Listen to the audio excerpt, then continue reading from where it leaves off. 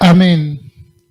La palabra del Señor la vamos a encontrar en esta hora, considerando algunos pasajes que espero puedan también hablarnos acerca de nuestra fe cristiana y pueda traer también convicción a nuestros corazones, a nuestras vidas que muchas veces se tensionan por tantas cosas que vivimos, pero el Señor en su misericordia nos toma nuevamente y nos levanta. Gloria a su nombre.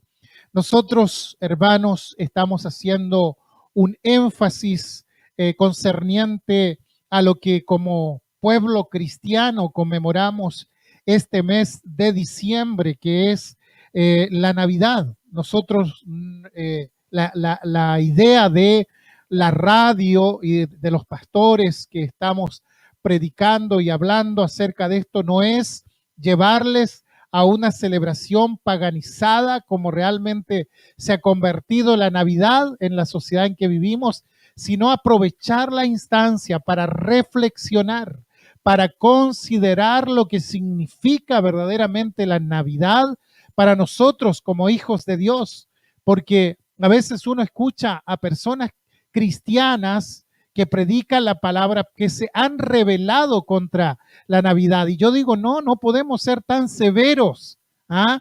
Nos rebelamos, sí, contra el paganismo que se ha metido en la Navidad, contra aquellas cosas que no tienen nada que ver con la revelación bíblica, pero aprovechamos para poder hablar acerca de lo que realmente sucedió un día de la historia, que lo más probable es que no fue un 25 de diciembre, como comúnmente se cree, pero claramente dentro de uno de los días del año sí ocurrió. Y eso para nosotros es importante y tiene que ser importante para que no caigamos en el otro extremo de decir, no, yo no celebro Navidad, yo no creo Navidad, porque yo he visto y escuchado de repente acerca de eso. Pero tampoco podemos caer en el otro extremo de la balanza y decir, bueno, hay que celebrar Navidad y hay que pensar en las luces, en los regalos, en el árbol y en todo lo demás.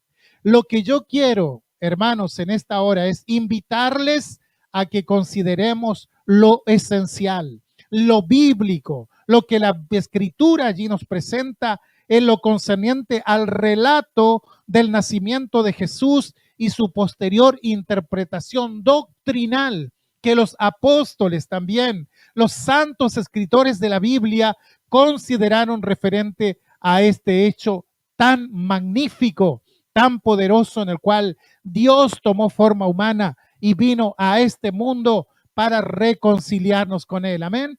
Entonces quisiera en esta ocasión invitarles a que consideremos esto, no considerar lo doctrinal. Quizás saltémonos esos detalles que vemos años tras años, que los magos, que los pastores, que el establo, pero vayamos a indagar en el misterio de la encarnación de Dios.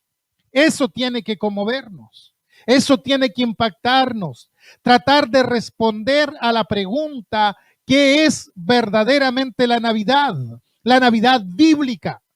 Y la Navidad, hermanos, visto desde ese punto de vista, es la recordación de que Dios vino del cielo a la tierra un día, se hizo hombre, que Dios se encarnó, gloria a Dios, para que a través de su vida y de su sacrificio en cruz pudiésemos tener salvación y vida eterna. Me temo que en una sociedad como la nuestra, tan comercializada, ¿verdad?, aparezca un montón de cosas alrededor nuestro que nos desvían de lo esencial, del pensamiento central. Y yo estoy de acuerdo cuando usted dice, no, eso no es la Navidad, eso no es lo que celebramos. Porque claramente esas son adiciones paganas, tradiciones de hombres, muchas veces que se han añadido con posterioridad al evento de la Navidad. Navidad debe llevarnos a nosotros como hijos de Dios a recordar un hecho crucial en la historia espiritual de la humanidad. Y es que Dios se hizo hombre y se acercó hasta nosotros. Sufrió por nuestros pecados, murió y resucitó para redimirnos, para presentarnos salvos delante de Dios. Quiero dar lectura a un pasaje de Hebreos capítulo 4, verso 14 al 16. Dice de la siguiente manera. Dice, por tanto, teniendo un gran sumo sacerdote que traspasó los cielos, Jesús, el Hijo de Dios, retengamos nuestra profesión, retengamos nuestra fe, porque no tenemos, escúchelo bien, no tenemos un sumo sacerdote que no pueda compadecerse de nuestras debilidades, sino uno que fue tentado en todo según nuestra semejanza, pero sin pecado, sin pecado. No hubo pecado en él. Y el verso 16 dice, acerquémonos pues confiadamente al trono de la gracia para alcanzar misericordia y hallar gracia para el oportuno socorro. Gloria a Dios. En la antigüedad, como puede ser ahora también, los paganos, pero particularmente los paganos de los primeros siglos, se burlaban de los cristianos, se burlaban de la Navidad y se burlaban porque ellos hablaban, ¿verdad?, del parto de la Virgen. Y lo hacían de una manera de burla, ¿no es cierto? El parto de la Virgen, y ellos decían, esto es un contrasentido. Como seres racionales, pensantes, vamos a hablar acerca de que una virgen dio a luz un hijo. Por allí, por el siglo IV, se levantó Rufino, un apologista cristiano, y él fue uno de los grandes pensadores de la fe en Cristo en aquel tiempo. Y frente a esto que los paganos, ¿verdad?, ponían y se burlaban y atacaban al cristianismo, él dijo, miren, yo les voy a explicar este milagro, refiriéndose al nacimiento de Jesús. Yo les voy a explicar este milagro, decía Rufino. Para que haya un parto se necesitan tres cosas. En primer lugar, que haya una mujer adulta. En segundo lugar, que haya un varón adulto. Y en tercer lugar, que no haya ningún impedimento en cuanto a la fertilidad. Luego decía, de estas tres cosas, del parto que predicamos los cristianos, falta una sola, el varón. Lo demás se mantuvo siempre en su orden natural. Los 9 meses de gestación, el nacimiento, el crecimiento, hasta la muerte de Jesús en la cruz. Quiere decir que lo que subrayaba Rufino es que hay solo un gran milagro en la Navidad. Y este es el milagro de la encarnación, que Dios se hizo hombre y él les decía a los paganos, a ustedes les resulta difícil creer esto, ¿verdad? Sin embargo, ustedes creen en sus dioses y algunos de sus dioses nacieron de la oreja de Zeus y ustedes creen eso y no tienen ningún problema y creen en tantos mitos y en tantas cosas y sin embargo les resulta difícil entender que Dios puede hacer esto. Hermanos, Dios a través del nacimiento de Jesús desafía la soberbia de la razón. La razón es una máquina maravillosa que nosotros tenemos para pensar las cosas y para crear ciencia, pero el ser humano ha llegado a un momento en que ha transformado la razón en la soberbia de la razón. Se ha enorgullecido de su ciencia, de su capacidad de pensar. Ya no solamente razonamos, sino tenemos la soberbia de creer que únicamente puede suceder aquello que nuestra razón puede entender y que nuestros sentidos pueden filtrar. Y Dios desafía todo esto, porque la encarnación es un desafío a la razón. Dios puede actuar más allá de la razón humana, claro que puede hacerlo. El ser humano con su razonamiento puede alcanzar muchas cosas en el mundo natural, pero hay muchas cosas en el cielo y en la tierra y en el espíritu, en la esfera espiritual, que escapan a la razón, indudablemente, evidentemente. Por lo tanto, cuando hablamos de la encarnación de Dios, estamos ante un milagro. No podemos decir, si no lo entiendo, entonces no existe, porque es ahí donde caemos en la soberbia de la razón. Creer que todo lo podemos entender, no es así. Usted puede ser una persona con una gran capacidad intelectual, pero usted no puede entender todas las cosas, porque la razón del hombre es finita. Dios va más allá de la razón y Él revela su verdad y vemos los efectos de su verdad, pero no podemos entenderla. Y acá es donde se despierta la fe que es necesaria para creer y ser salvos. Y la Navidad, el nacimiento de Jesús, es un desafío a la fe de las personas. La Navidad nos recuerda que es allí en el pesebre donde comienza el proceso redentor. Ese es el punto de partida del proceso redentor que culmina con la muerte y la resurrección de Jesús. Y este proceso es la base donde se asienta la fe cristiana. Ahora la pregunta que pretendo en esta hora hacer es, ¿por qué Dios se hizo hombre siguiendo todo el proceso natural del crecimiento y desarrollo humano? ¿Por qué Él entró por la vía que entran todos los seres humanos al mundo? ¿Por qué simplemente no apareció y trajo el mensaje de Dios a la humanidad? Cuando uno lee la Biblia, encuentra historias y encuentra personajes de personas que aparecieron de improviso, que no se sabía de dónde venían, que no se sabía quiénes eran sus padres. Seguramente usted recuerda al profeta Elías, que de pronto aparece profetizando en el desierto y uno no sabe bien de dónde viene ni quién es su familia. No hay mayores datos acerca de él. Y en esa sociedad oriental era muy común que alguien de pronto apareciera, que viniera caminando de algún lugar y no se supiera de dónde era. No había tal cosa como una cédula de identidad, ni siquiera había registro civil, por lo tanto, mucha gente simplemente aparecía y traía un comunicado, traía un mensaje. Entonces, ¿por qué el Señor Jesús no apareció simplemente un cierto día, ya mayor, adulto, en el desierto, directamente para hacer la obra que Él venía a hacer? ¿Por qué entrar por esas puertas que entran todos a la vida humana? Y yo quiero explicarle esto. Y quiero hacerlo primeramente con una ilustración. Seguramente usted ha escuchado hablar del famoso pintor holandés Vincent van Gogh. Vincent van Gogh fue uno de los grandes escultores de la pintura en la línea que se llama el impresionismo.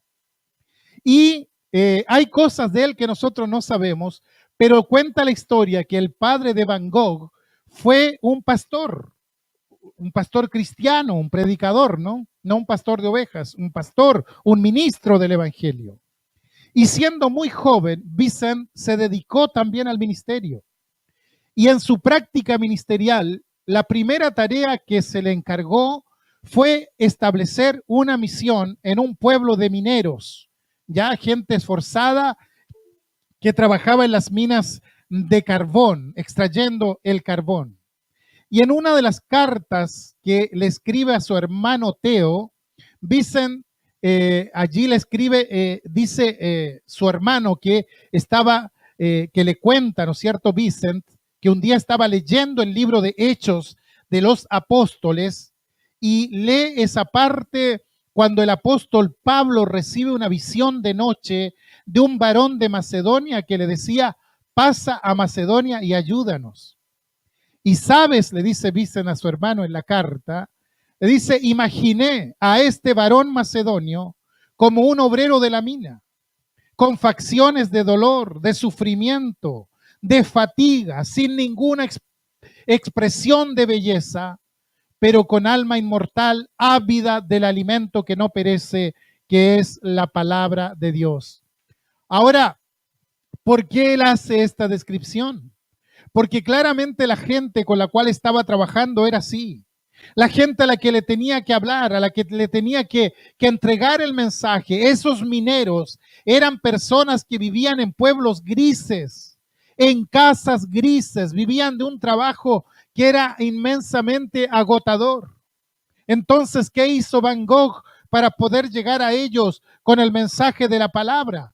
Dice que primeramente se vistió como ellos, que bajó a la mina junto con ellos, tomó el pico junto con ellos, trabajó con ellos y cada noche junto con ellos, con los demás, salía de la mina negro como un desollinador, igual a todos los demás. Pero allí, en el fondo de la mina, cuando se paraba para comer, allí Van Gogh les hablaba de Jesucristo y allí él estaba llevando su ministerio. Un día dice que llegó la gente de la misión, la cual le había encargado la tarea de ir a abrir una obra, de predicar allí en ese lugar. Llegan todos muy compuestos, todos con ropas muy limpias, muy planchadas, todos con abrigos largos y con sombreros de copa, y preguntaron por el ministro que ellos habían mandado para hacer el trabajo, la obra en ese lugar. Entonces le dijeron, si usted busca a Vincent Van Gogh, él está en el fondo de la mina. ¿Pero por qué? Preguntan ellos. ¿Ha habido algo? ¿Ha habido algún derrumbe? ¿Por qué está allá? Y entonces le responden, no, él está allí con los demás mineros. Entonces le dijeron que venga, lo mandaron a buscar. Y cuando sale Van Gogh de la mina para encontrarse con los demás, que le iban a ver, que iban a evaluar su trabajo, sale y ellos se encuentran con un hombre que estaba vestido como minero, que estaba todo negro, lleno de hollín. Lo miran, estaba sucio, sudado, desgreñado, y uno de ellos lo mira y le dice, esto que usted hace degrada el ministerio. Usted tiene que vestirse como uno de nosotros. Y ese día Van Gogh abandonó para siempre el servicio, tuvo que irse de ese lugar. Y él le escribe a su hermano Theo en una de sus cartas y le dice, hermano, no es una cuestión de toilette como ellos dicen, refiriéndose al ministerio. Es una cuestión mucho más seria. No es una cuestión de apariencia, no es como visto. Esto va mucho más allá. Porque ¿quién puede entender mejor a un minero y comunicarse con él que aquel que baja a las profundidades de la mina, que conoce la oscuridad que hay allá abajo? ¿Quién se priva de ver el sol por meses porque baja antes que el sol salga y sale después que el sol se puso? ¿Quién puede hacerlo? ¿Quién puede entender mejor a ese hombre que vive a la luz de los candiles, acostumbrado a no ver el sol, transpirado y trabajando todo el día para sacar el carbón desde las entrañas de la tierra? ¿Quién puede hablarles con más propiedad? Claramente el que baja a las profundidades juntamente con él, el que llega a ese lugar junto con ellos. Y esto fue, hermanos, lo que hizo Cristo Jesús. Él vino hasta este mundo. Él vino hacia nosotros, se identificó con la raza humana. Lo que quería hacer Van Gogh era identificarse con ese pueblo. Y lo que vino a hacer Jesucristo es a identificarse con lo humano. Y para identificarse con lo humano hay que participar de todo lo humano. No de una parte de lo humano, sino de todo lo humano. Solo así podemos identificarnos. Y para participar de todo lo humano, Él tuvo que nacer. Tuvo que crecer, tuvo que experimentar la relación padre-hijo, el aprendizaje de un oficio, la relación con los vecinos, la vida de los hombres. Él tuvo que sufrir la pobreza de los hombres. Él tuvo que sufrir la angustia de los hombres para poder identificarse con ellos. Tuvo que sufrir la pobreza de los hombres. Tuvo que sufrir la angustia de los hombres para identificarse. Y lo que representa la Navidad y lo que recordamos en Navidad es esta identificación de Dios con los hombres en Cristo Jesús, porque es la única forma de que todos podamos entender el mensaje. que todos podamos entender qué es lo que pasa y qué es lo que Dios quiere. Por eso Dios se hizo hombre. En la parábola del buen samaritano, Jesús dice que un hombre se cayó al lado del camino porque fue golpeado por ladrones y estaba mal herido allí, a la orilla del camino. Y de pronto dice, pasó un sacerdote y lo vio, pero siguió de largo. ¿Y por qué pasó de largo? Porque no se identificó con él. Ahora, ¿por qué Jesús en esta historia creada por él? Porque las parábolas son historias creadas, ficticias. ¿Por qué habló de un sacerdote? ¿Por qué no habló de que pasaba un hombre rico? ¿Por qué no habló de que pasaba un profesional? ¿Por qué precisamente un sacerdote? Porque el sacerdote tenía la misión de relacionar al hombre con Dios. Esa era su misión. Y allí había un hombre herido. Y sin embargo, él no se identificó con ese hombre. En otras palabras, estaba mostrando la esterilidad de un ministerio, de un servicio que si no se identifica con el hombre y con la realidad del hombre, entonces no tiene sentido, no tiene trascendencia. En la carta a los Hebreos que leíamos, dice, Jesucristo fue tentado en todo conforme a nuestra semejanza. Y cuando llegamos a esto, es donde nuestra razón, nuestra imaginación comienza a tropezar, porque ¿qué quiere decir? Que Jesús fue tentado en todo conforme a nuestra semejanza. Y luego dice, no tenemos un sumo sacerdote que no pueda compadecerse, que no pueda identificarse con nosotros, porque Él fue tentado en todo, y eso es lo que quiero subrayar, en todo conforme a nuestra semejanza. Por supuesto, está tratando con una figura hebrea, que es la figura del sumo sacerdote. Deja claro que todas las presiones del humano y mucho más cayeron sobre Jesús. Nosotros leemos el Evangelio y vemos que al principio de su ministerio, Él fue llevado al desierto y allí fue tentado por Satanás. Allí el Señor Jesucristo rechazó la gloria, rechazó la fama para hacer la obra que Él tenía que hacer. Y después, leyendo el Evangelio, decimos, esto sucedió en el principio de su ministerio y pareciera ser que la tentación allí se acabó y que no vino nunca más sobre Él.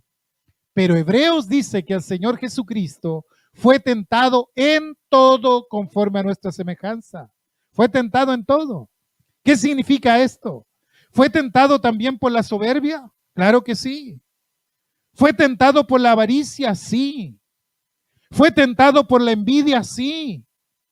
¿Fue tentado por la ira? Sí. ¿Fue tentado por la pereza? Sí. En todo, hermano, en todo fue tentado.